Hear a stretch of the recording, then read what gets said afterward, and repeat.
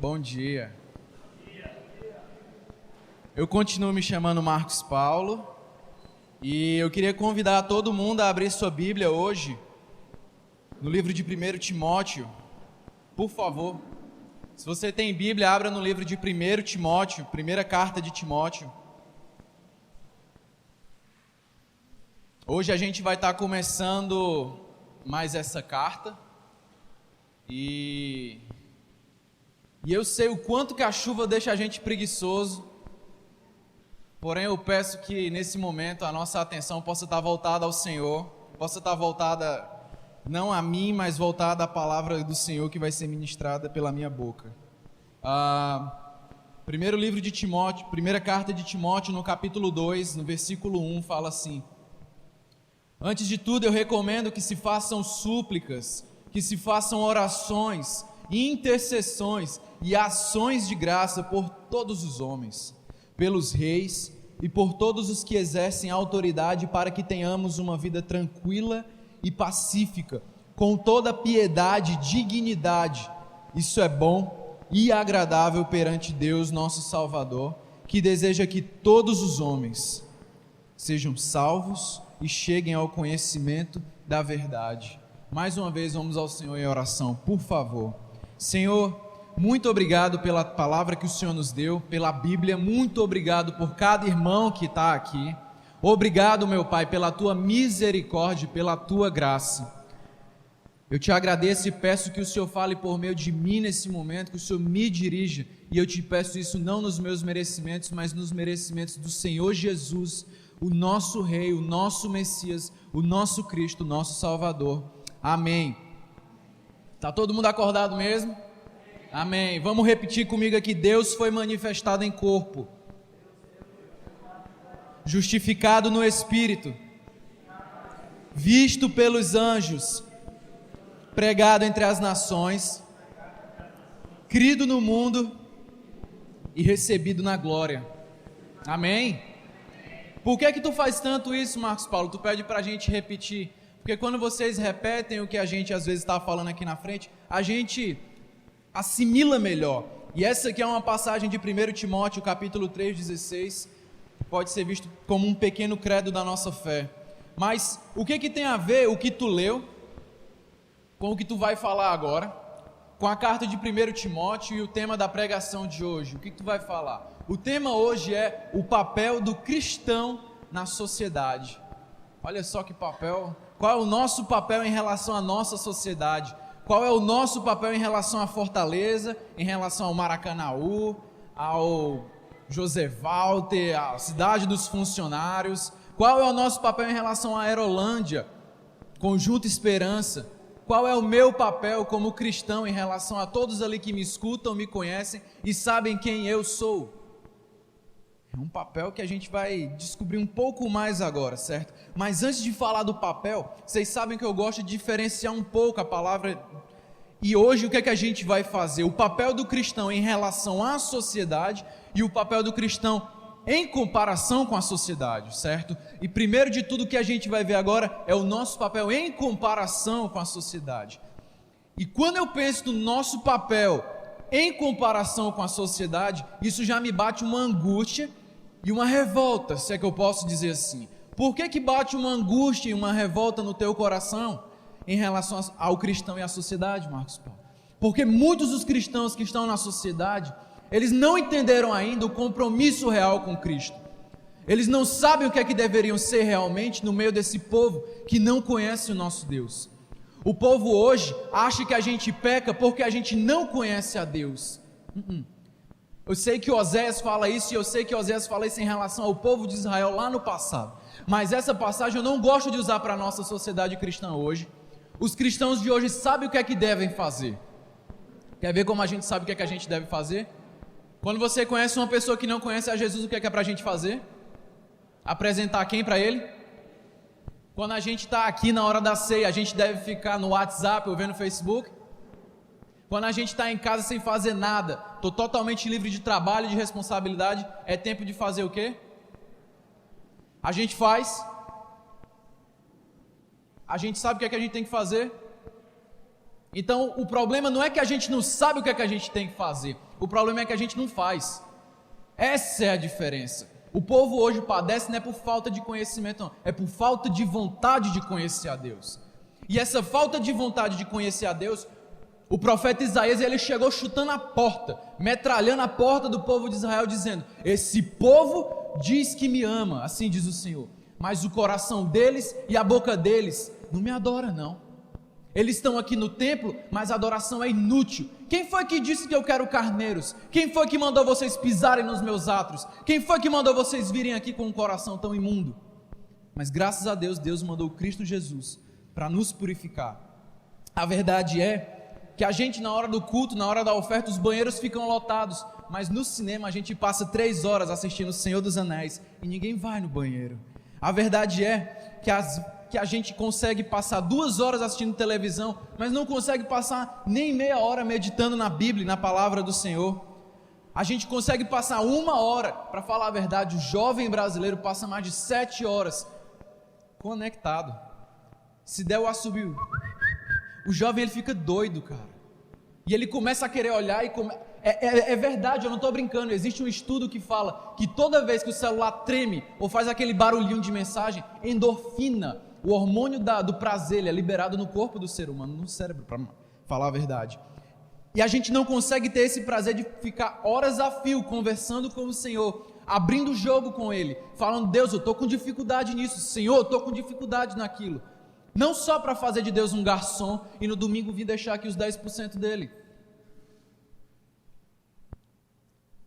A gente troca a glória de Deus e o conhecimento do Senhor pela imagem do homem, pela glória do homem, assistindo isso numa televisão. Romanos 1, ele cita a nossa vida hoje, e às vezes a gente quer acusar simplesmente os idólatras, os homossexuais, que falam lá em Romanos 1, ou os que adoram outros tipos de homens, os fãs, que trocam a glória do Deus vivo pela glória do homem. Não, nós também trocamos a glória de Deus, quando nós deixamos de buscar Ele, para simplesmente ficar sem fazer nada e encher na cabeça de vento. E tudo isso aqui só acontece porque nós temos falta de temor ao Senhor. Isso é falta de temor. Se eu colocasse um cronômetro no teu celular agora, quanto tempo tu ia passar no WhatsApp, no Facebook, ou vendo sei lá o que, futilidade no celular? A cultura inútil está reinando sobre a nossa cabeça. Se eu colocasse um leitor de pensamentos na tua cabeça, qual era o pensamento que ia reinar na tua cabeça hoje? Que as palavras da minha boca e o meditar do meu coração sejam gratos diante de ti, ó Senhor. Não, mas Marcos Paulo, durante a semana toda eu oro, e eu oro muito, porque o meu trabalho ele faz com que eu queira orar, para que Deus possa me abençoar. Mas quando é no final de semana eu tenho um problema gigante em orar, porque eu não tenho necessidade de fazer Deus me vencer, ou fazer Deus me ajudar a vencer. Porque Deus já me fez vencer durante a semana no trabalho. O final de semana é para eu descansar. Então não me pede para orar, porque eu só oro no trabalho para fazer a coisa dar certo. Deus não é amuleto teu. Isso aí é a geração de Eli. Eles queriam a arca simplesmente para vencer a guerra. E tudo isso acontece por falta de temor ao Senhor. 2 consequências, quem quiser anotar.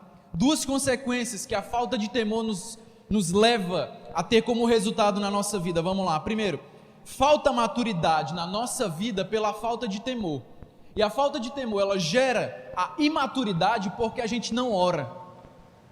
A Bíblia em nenhum momento diz: leia a Bíblia todos os dias, todos os momentos. A Bíblia não diz: cante música do Regis Danese, cante música do Kleber Lucas, cante música do Fernandinho. Não. A Bíblia ela é bem clara em uma coisa só. 1 Tessalonicenses 5, versículo 7 fala o seguinte: orai sem cessar. Eu estou com uma mania, eu sou cheio de mania. Vocês podem perguntar para a Fernanda, para os meus pais, para o meu irmão. Eu sou cheio de mania. Eu estou com uma mania nova na minha vida. Eu não digo mais amém. Eu estou orando: Senhor, papapá, em nome do teu filho amado Jesus. Eu não vou dizer amém, porque é como se eu estivesse me educando a sair dali andando e continuar orando, porque Deus fala: ora sem parar, não diz amém agora não, continua comigo, anda comigo. Senhor, o que é que tu quer que eu faça agora? Será que Deus vai ter a tua disponibilidade para poder fazer o que Ele quer nesse momento ou no momento que Ele te pedir? A falta de maturidade, ela vem pela falta de oração, pela falta de exercícios espirituais, como fala Paulo a Timóteo, no primeiro capítulo, ou no quarto capítulo de 1 Timóteo. Exercício espiritual. A gente vai para a academia, a gente faz o supino, a gente faz o squat, a gente faz o bíceps, ombro, costas, a gente malha tudo, todos os aspectos do corpo. Por que a gente também não malha todos os aspectos do espírito? Outra coisa, a segunda consequência é que a falta de temor, ela vai gerar na minha vida, na sua vida e na vida de quem você vê, vai ser simplesmente o seguinte: a falta de temor, ela vai gerar falta de conhecimento na tua vida. A falta de conhecimento, ela vai gerar falta de amor por Deus na nossa vida. A falta de amor vai gerar falta de vivência, e a falta de vivência com Deus vai gerar falta de experiência da maneira que Deus quer que nós tenhamos. E essa experiência que nós vamos ter junto com o Senhor, ela vai nos dar sabedoria. E essa sabedoria vai nos dar maturidade, e essa maturidade vai desaguar em frutos. E esses frutos são atitudes. Por que hoje a gente tem uma guerra gigante entre o partido LGBT e o partido cristão? Por conta de opiniões bélicas, como fala René Kivitz. Opiniões bélicas que induzem a guerra entre os cristãos e os homossexuais, quando na verdade nem isso deveria existir. Não é nós contra vocês, é nós por vocês. Cristo não disse, mande embora. Não, Jesus simplesmente disse, eu os amo, e eu morri foi pelo mundo, e foi de tal maneira que eu amei vocês. 1 Coríntios fala que muitos de vocês eram no passado. Se nós éramos, quem somos nós para acusar os que não são ainda cristãos? A gente vai ver isso um pouquinho mais à frente. Mas essas duas consequências, elas vêm pela falta de temor na nossa vida. Essa grande maioria de pessoas que não estão buscando, tendo esse temor, são as pessoas que normalmente a gente vê mais na mídia, mas que, na minha opinião, não representam o cerne, a parte bonita do Evangelho. Infelizmente, é uma imagem grotesca que o cristão está tendo hoje na sociedade. Nós somos vistos como fanáticos, como intolerantes, e nós não somos isso. Nós não somos isso, porque o cristão que é cristão, ele não é intolerante, ele não é chato. Para falar a verdade, o cristão que é cristão, ele é o ser mais atraente, e mais incrível, e mais peculiar do mundo. Fala para a pessoa que está do teu lado aí, o cristão é um ser atraente. Pode falar, não tenha vergonha não, o cristão é um ser atraente, mas não é atraente de beleza. Tudo bem, se você quiser dizer para a pessoa, você é lindo, a autoestima da pessoa vai agradecer, mas o que é interessante sobre o cristão, é você ver lá em Atos 2:47, que os cristãos eles faziam de tudo na cidade, mas eles tinham, vamos abrir aqui, Atos 2:47, Atos 2:47, por favor. Quero que vocês vejam isso aqui, que é para vocês não dizerem que é história minha. Atos 2:47. Atos 2:47. Louvando a Deus e tendo a simpatia do povo. Os cristãos no primeiro século tinham a simpatia do povo. Será que hoje nós temos a simpatia do povo? Eu creio que muitos de nós estamos ganhando a antipatia do povo. Mas os cristãos tinham a simpatia, beleza? E é óbvio que Cristo falou que nós seríamos odiados por amor a Ele. Mas é inegável que uma das características dos cristãos na sociedade é ter a simpatia. E como é que se ganha a simpatia dos outros? Bem, é de pessoa para pessoa, mas pode ser por um sorriso, por atitudes de amor. Isso vai variar de pessoa para pessoa. Eu quero deixar bem claro e lhe perguntar e deixar esse questionamento. Quando as pessoas olham para você, o que é que elas lembram? O que é que elas ganham? É a sua simpatia? Ou será que elas reparam mais no teu cabelo, na tua unha, na sobrancelha, no topete, no gel, no perfume, no sapato, na roupa, na calça, no celular, no carro, na chave? O que é que elas percebem em ti? Um grande pregador que eu gosto muito de escutar, não vou citar o nome dele, mas ele fala: se a roupa que tu veste é para ressaltar o teu corpo, essa roupa está errada. Mas se essa roupa é para ressaltar a beleza de Cristo refletida no teu rosto, amém por ela. Reflita o Senhor Jesus na sua vida, no seu rosto, nas suas atitudes. Antes de continuar aqui para essa parte mais aplicada em relação à sociedade, certa pessoa uma vez me disse assim: ai, tu é cristão, cara? Eu sou cristão, até onde eu me entendo por gente, eu estava na igreja desde o dia que eu nasci e tal, mas, certo, tu é cristão, me prova que tu é cristão, me prova que tu é cristão. E até hoje eu não sei como responder essa pessoa, mas esse questionamento veio no meu dia a dia e entrou na minha vida para poder me mostrar o seguinte: eu tenho que provar todo dia que eu sou cristão. Que é para nunca mais uma pessoa chegar para mim dizendo: me prove que você é cristão, porque eu não consigo ver isso. Quando a gente vai tentar mudar de país, por exemplo, para os Estados Unidos ou para o Canadá, você tem que fazer uma prova de línguas, é o chamado TOEFL. Você faz essa entrevista, você diz: eu falo inglês. Ai, fala inglês, pois prove. Você vai fazer aqui uma prova que vai provar se você sabe ou não falar inglês. Ou o que falar de provas? Tem uma praga hoje crescendo no nosso país, é uma praga, eu digo uma praga boa assim, que eu tenho muitos amigos, mas os concurseiros, gente boa demais, todos eles. Mas quanto mais você faz prova de concurso, sabe o que é que acontece? Mais experiência você ganha. E quanto mais experiência você ganha para o concurso, mais preparado para o próximo concurso você vai estar. E mais preparado para o próximo concurso você vai estar, você consegue passar nele.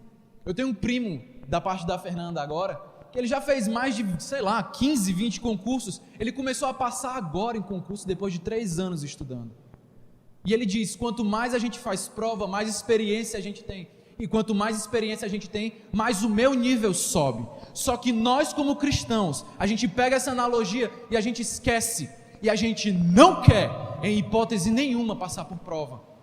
Mas é por meio das provas que o nosso nível como cristão vai subir. São as provas que nos fazem crescer, são as provas que nos fazem lembrar daquilo que a gente realmente tem que lembrar. 3 direcionamentos bíblicos aqui que a palavra do Senhor nos dá sobre a sociedade. Primeiro, honrar as autoridades públicas. Honrar o presidente, honrar o governador, honrar o senador, o presidente da Câmara dos Deputados, os deputados, vereadores. Não acredito que tem isso na Bíblia. Tem, sim, senhor. 1 Pedro capítulo 2, versículo 13 ao 15.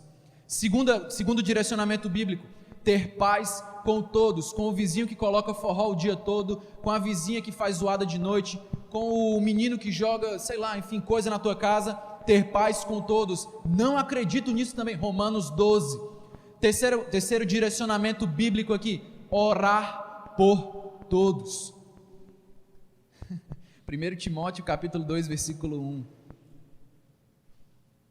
A palavra de Deus, ela vem para nos contrariar muitas vezes, para nos fazer aquilo que a gente não quer, mas que é necessário.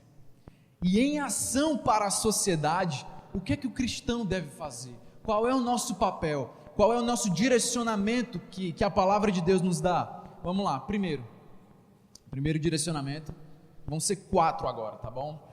Em relação ao primeiro direcionamento aqui, 1 Timóteo capítulo 5, versículo 7. 1 Timóteo capítulo 1, versículo do 5 ao 7. Eu não vou ler agora, mas eu quero contrastar esse versículo aqui com certos assuntos agora que são populares, com alguns assuntos que são do nosso cotidiano. Por exemplo, a maioridade penal. Você é contra ou você é a favor? A homofobia. Será que realmente o cristão é homofóbico? O racismo contra a Maria Júlia do Jornal Nacional. Que coisa feia. Só porque a moça é negra. O que é que vocês acham desses assuntos todos? Vocês são a favor, vocês são contra? Para falar a verdade, o que eu vejo nesse versículo é que a minha opinião, o meu post no Facebook, o meu tweet no Twitter, o meu vídeo no YouTube, isso vai ter pouquíssima importância em relação à minha atitude a pessoas que refletem essas situações na minha vida. 1 Timóteo, capítulo 1, versículo 5, o objetivo dessa instrução é o amor que procede de um coração puro, de uma boa consciência e de uma fé sincera. Alguns se desviaram dessas coisas, voltando-se para discussões inúteis, querendo ser mestres, quando não compreendem nem o que dizem, nem as coisas acerca das quais fazem afirmações tão categóricas. Nosso problema como cristãos, como comunidade cristã, que nessa semana teve um posicionamento do Datafolha, do Ibope e dessas instituições de pesquisas que nós estamos crescendo, é que até 2020 a gente vai ter mais cristãos protestantes do que católicos no nosso país. E como maioria nesse nosso país, a gente não pode ser simplesmente um povo que só dá opinião e que só faz opinião tão linda no Facebook ou no Twitter ou no YouTube, ou então que a gente só sabe dar uma opinião muito bonita na roda de amigo, mas que na hora do vamos ver, não faz nada. A gente tem que começar a transpor essa parte da ideia do falar para o agir. Não adianta de nada eu dizer que homofobia é crime, mas na verdade eu sou homofóbico. Ou eu não ser racista, muitas vezes com o negro, porque aqui no Ceará é mais difícil isso, mas eu ser racista com uma pessoa que tem um pouco mais de condição financeira, ou com uma pessoa que não tem condição financeira, isso também é racismo. Não questão de raça, mas por questão de poder aquisitivo. Mas vejam bem, é o amor que vem de um coração puro. É o amor de agir com amor, não importa com quem seja. O coração puro, eu gosto de associar coração puro à criança, sabe por quê? Porque quando você vai falar com a criança, você tem que dizer assim, não fale com estranhos. Por que a criança não pode falar com estranho? Porque a criança ela não vai ter discernimento para julgar as atitudes da pessoa, para poder julgar a pessoa pelo que ela faz. Ela não vai saber diferenciar porque ela não leva isso em consideração. E essa pureza da criança em não levar em consideração os pecados dos outros é uma lição que a gente deveria aprender. Não levar em consideração o pecado dos outros. Isso é um coração puro, que vai resultar numa boa consciência. A nossa boa consciência só vem por domínio próprio. Música do Capital Inicial. O que você faz quando ninguém te vê fazendo? Aí você vai saber quem você é.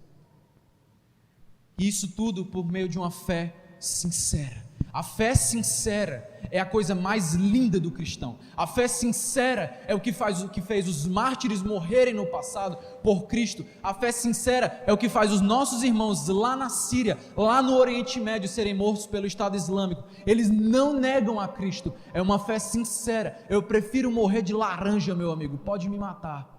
Pode cortar meu pescoço. Eu não vou negar o meu rei. Eu não vou negar o meu Senhor. Segundo direcionamento aqui nas nossas ações para com a sociedade, 1 Timóteo capítulo 1, versículo 15 e 16. Esse versículo aqui, eu creio que ele é um dos mais importantes na aceitação do cristão para quem ele é. Essa afirmação é fiel e digna de toda aceitação. Cristo Jesus veio ao mundo para salvar os pecadores, dos quais eu sou o pior. Mas para que Cristo fez isso aqui? Olha o versículo 16. Mas por isso mesmo alcancei misericórdia, para que em mim, o pior dos pecadores, Cristo Jesus demonstrasse toda a grandeza da sua paciência, usando-me como exemplo para aqueles que nele haveriam de crer para a vida eterna. Eu sou uma vitrine, você é uma vitrine. Você é um outdoor, você é a propaganda na televisão, você é o marqueteiro de Deus, você é a amostra grátis do céu. Se você não for isso, quem vai ser? Ele poderia ter escolhido anjos, como fala Hebreus capítulo 1, mas ele nos escolheu. Ele poderia ter descido em glória numa nuvem ou na fumaça, que ele sempre vinha no Velho Testamento, mas ele não fez isso. Ele mandou eu e ele mandou você. O nosso dever é simplesmente ir com temor e fazer a diferença nesse mundo. Toda vez que eu vejo essa questão de aceitar e entender quem eu sou, eu lembro como filho de pais cristãos, como filho de pai que é pastor, eu cresci no meio cristão, eu cresci nessa igreja aqui, eu fui a todas as salas lá atrás, eu participei de sala, todo tipo de aulinha aqui, de EBF, de encontro de jovens. Hoje eu estou aqui, sim, eu estou aqui.